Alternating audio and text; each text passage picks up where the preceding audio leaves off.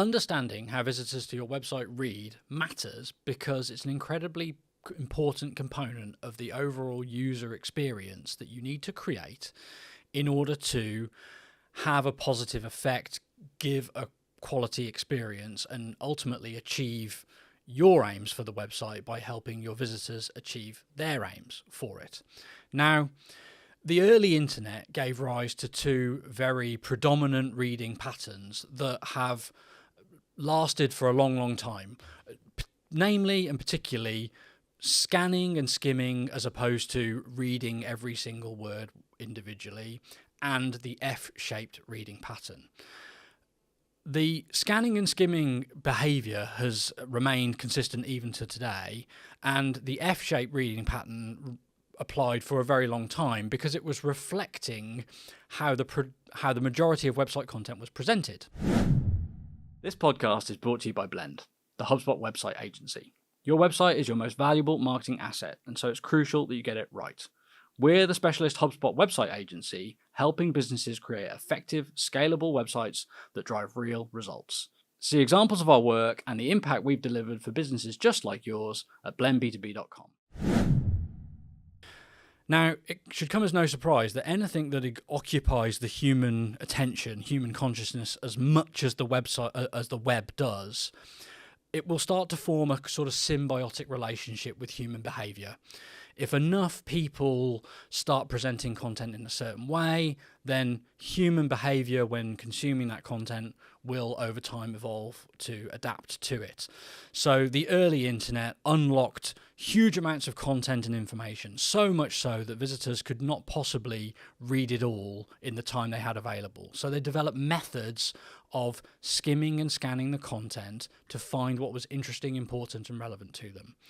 The majority of content was presented in top to bottom, left to right format, and so they started to scan the headline, read it sort of most intently, more carefully, then sort of start to move down the lines quicker, read a few of the words in, give up, move further down, and sort of by the time you're a third of the way down the page, readers are really flying down the rows of text looking for things that stand out as interesting. And of course, we as web developers, web designers, businesses, we started to lean into that. We started to prioritize important content at the top of the page. We used headlines and subheadings to catch their attention and direct them to the most important pieces of text. But no matter what we did, we couldn't get users to read every single word in long pieces or passages of text. And that's still true today.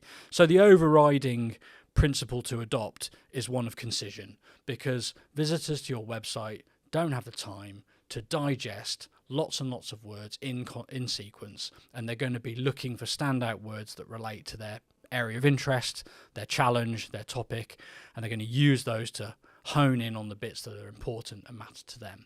So short passages of text with clear headlines are best aligned to the behavior of buyers on your website today. Now, as I mentioned, behavior and the web have evolved hand in hand. So Nielsen Norman, who are the authority on these kind of subjects and do the most research and testing and were the original identifiers of the F-shaped pattern and the skimming behavior, have recently updated their research in recent years on this subject and have pointed out the fact that new reading patterns have emerged in response to new conventions in web content.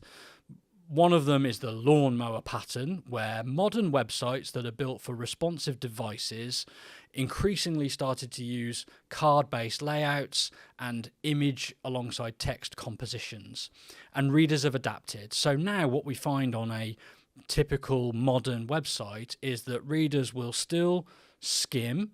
The majority of their attention will go on the entry or the topmost headings. After that, they will start to move down in row and go backwards and forwards across the page sort of alternately. And this appears to be driven by the predominance of alternating image and text positions down the page. So you'll typically have an image on the left, copy on the right, and then the reverse, image on the right, copy on the left. So users are now reading in this F-shaped pattern, in this lawnmower pattern, and skimming and scanning for interesting content. Something that I noticed that wasn't called out by Nielsen in their research was that it appeared in the example site they used that at the beginning of the page, readers' eyes were drawn predominantly to the images first and then the text alongside them. But after they'd done that a couple of times, after they were a little way into the page, they almost stopped looking at images altogether, and their gaze was firmly on the copy further down the page. So, as with the importance of placing the most important information at the top of the page, it would appear that it's sensible to place the most important images at the top of the page as well, as buyers, readers will start to sort of ignore them the further they get into your content. So there's ways to optimize the lawnmower approach to reading behavior in your visuals and your copy too. Other reading patterns have emerged in response to other very, very common presentations of information, search results being the standout example, where the reading pattern is completely haphazard and the reader's gaze goes all over the page in no predictable manner. But that's very specific to search engine results and doesn't really apply to your website. For your website, stick with the concepts of presenting the most important information first, both in terms of most important messages, words, headlines, and images, and leaning into the lawnmower model of reading behavior to make sure that your web page copy is easily digested by the visitor and doesn't, cause friction when it comes to their enjoyment and consumption of your content.